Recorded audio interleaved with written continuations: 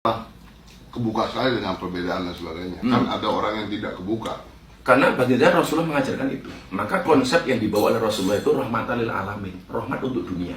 Bukan rahmatan lil muslimin, tidak hanya sekedar rahmat untuk orang Islam. Artinya apa?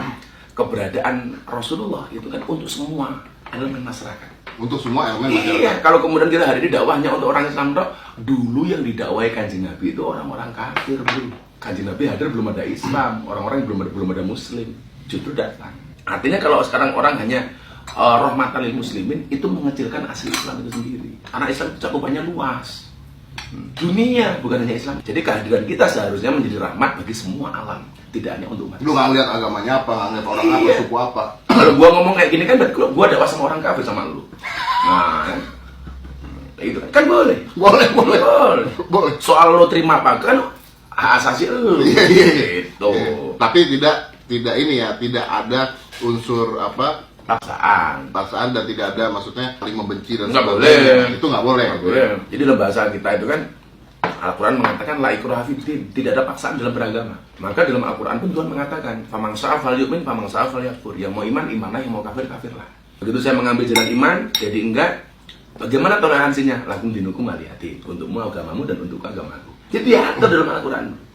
Mau iman, imanlah, mau kafir, kafirlah. Ini konsep dasarnya. Konsep dasarnya. Begitu persoalan toleransi diatur lagi, lakum dinukum waliyadin, untukmu agamamu dan untukku agamaku. Dan di situ nggak ada ajaran kekerasan dan radikal, saling menghormati. Nggak ada ajaran. Nggak ada. Maka Rasulullah ketika ada orang Nasrani meninggal, dibawa ke pemakaman, Rasulullah berdiri. Ditanya sama sahabat, itu kan orang kafir, orang Kristen. Apa jawaban Rasulullah? Mereka juga hamba Tuhan. Oh, itu kan toleransi yang luar biasa. Kalau orang begini Indonesia damai. Lo damai. Dunia itu hancur bukan gara-gara banyak orang jahat, Tapi karena banyak orang diam. Orang baik diam. karena banyak orang baik Diam. Gua kan kemarin tuh ceritanya ngasih ambulan ke orang, bro. Lo bilang gini ke gua nggak pamer kan? Gua mau pamer, gua sombong kan, gua sombong. Iya. Emang ada yang lebih sombong dari di komputer? Nggak ada. Terus ada orang ngomong, wah baik banget, bagus banget. Sayang non muslim. Gitu. Coba kalau muslim, apakah kita bersedekah itu harus ngelihat itu apa enggak sebenarnya itu? Apakah orang berbuat baik itu hanya orang Islam? Apakah orang non-Islam juga tidak boleh berbuat baik? Boleh. Soal ditanya, itu kan dari komposer bukan orang Islam, nanti tidak ada pahalanya. Ya mohon maaf, Gus Miftah bukan panitia pahala. Iya kan? Kewajiban kita itu berbuat. Soal diterima atau enggak itu urusan bukan domain manusia. Bukan domain manusia. Bukan domain manusia, wilayahnya Allah. Lagian juga begini, lu nyumbang orang, sama halnya ketika gua nyumbang orang lain. Di lampu merah ada orang ngamen. Sedekah itu tidak mengenal agama, bro. Suatu ketika Nabi Musa itu pengen ketemu dengan Allah. Jawab, kalau kamu pengen ketemu dengan aku, besok di perempatan jalan. Pagi-pagi Nabi Musa datang. Ternyata di situ nggak ada Tuhan. Adanya cuma fakir miskin, anak-anak tua, janda-janda tua, orang-orang miskin, anak-anak terlantar. Dia bilang, katanya kalau pengen ketemu Tuhan, saya harus ke perempatan. Tapi nggak ada Tuhan. Apa jawaban Tuhan kepada Nabi Musa? Musa, saya itu bersama orang miskin. Musa, saya itu bersama anak-anak yatim, bersama janda-janda tua yang terlantar. Dan di situ nggak disebutkan agamanya apa loh. Ya lagi juga nggak bisa bantu orang terus nanya agamanya. Makanya orang-orang ngamen di lampu merah, itu kan. Begitu saya mau ngasih agamanya apa? Kristen, nggak jadi. Beda agama dengan gua. Nggak boleh gitu. Nggak boleh. Tetangga saya kalau saya korban bro, semuanya tak kasih orang-orang Nasrani. Dan itu boleh. Itu boleh. Boleh. Nah ini nih bedanya budaya dengan agama akhirnya. Ini yang menarik. Maka bahasa saya selama ini apa? Membudayakan agama bukan mengagamakan budaya. Menutup aurat itu perintah agama. Nutup aurat ada perintah agama, oke. Cara menutup aurat, maka budaya orang berpakaian di Indonesia dengan di Arab berbeda. Apakah kita harus pakai jubah seperti orang Arab? Boleh, tapi tidak harus. Boleh tapi tidak harus. Tidak harus. Masa narik becak pakai jubah, bro? Jadi ribet, Pak. Bukan yang ribet, nanti kalau nariknya bisa salah, bro. Itu budaya. Itu budaya. Contoh, songkok yang dipakai oleh orang Islam di Indonesia, itu namanya songkok nasional apa songkok Islam? Kok nasional? Songkok nasional, berarti lu boleh nggak pakai songkok? Boleh. Karena itu budaya.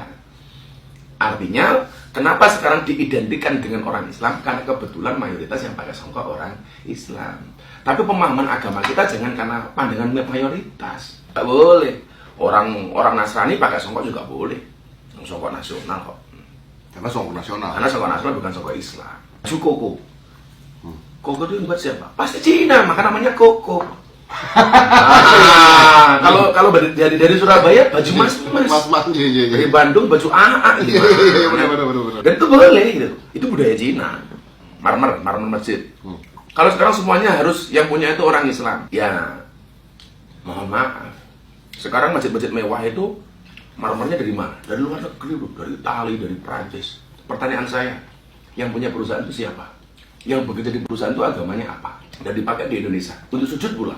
Kalau harus lihat agama, maka orang gagal paham membedakan persoalan dunia dan persoalan agama. Kan boleh kita beli marmer dari Spanyol dipasang di masjid. Toa itu yang bikin siapa untuk adzan di masjid? Made in China kayaknya. Made in China. Dan ternyata kita pakai. Gue punya pertanyaan banyak banget yang nanya.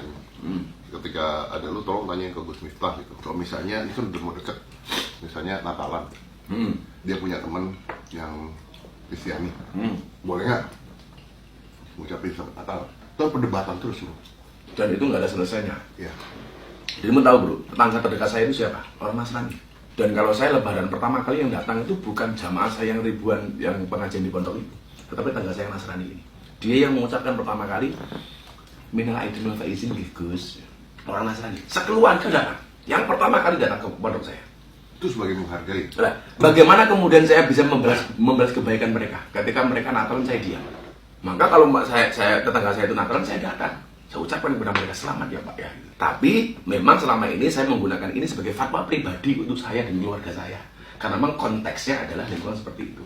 Karena khawatirnya ketika kemudian saya fatwakan kepada masyarakat, seperti yang tadi bilang, perdebatan nggak selesai. Perdebatan nggak selesai. Kalau saya sih boleh-boleh saja, tergantung niatnya apa. Kan begitu saja selesai. Karena masing-masing orang berdebat dengan dalil masing-masing. Tapi kalau agama begini kan enak ya bro ya. Iya.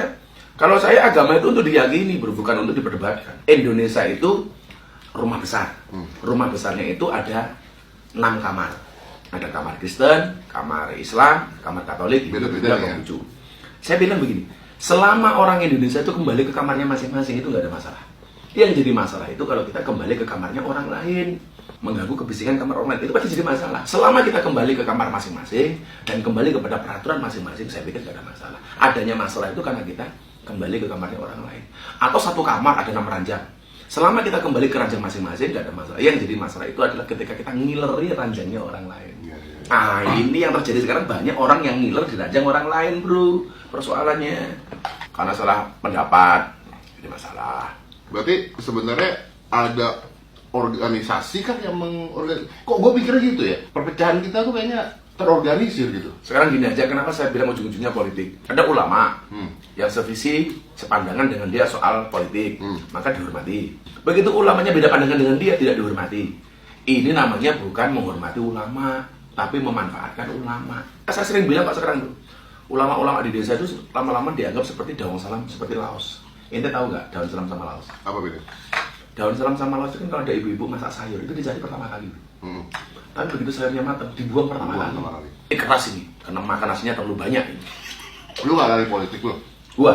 Aduh bro. Kenapa? Bahaya bro. Karena politisi-politisi kita sekarang itu, yang seperti kita bilang di hitam putih, kalau hoax itu dilarang di medsos, berarti ya mereka sekarang berkampanye dong. Nah, 90% hoax. Karena 90% jadinya hoax. Nggak nyaman bro. Pesta demokrasi itu bikin nggak nyaman. Namanya pesta.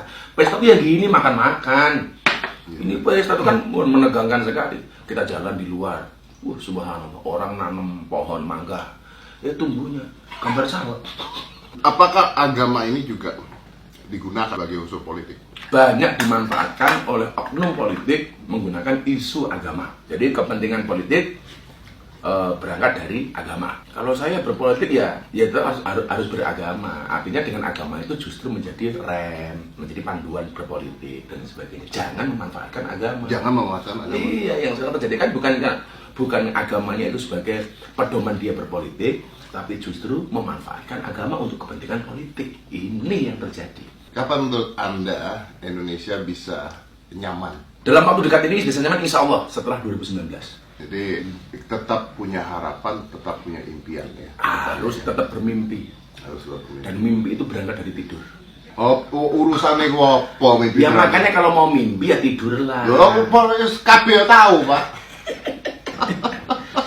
Udah makan banyak. Dan ini saya setelah 2 tahun termasuk makan yang paling banyak. Masa Dan tak? dicatat, bener. Malah. Dan dicatat, di rumahnya orang kafir.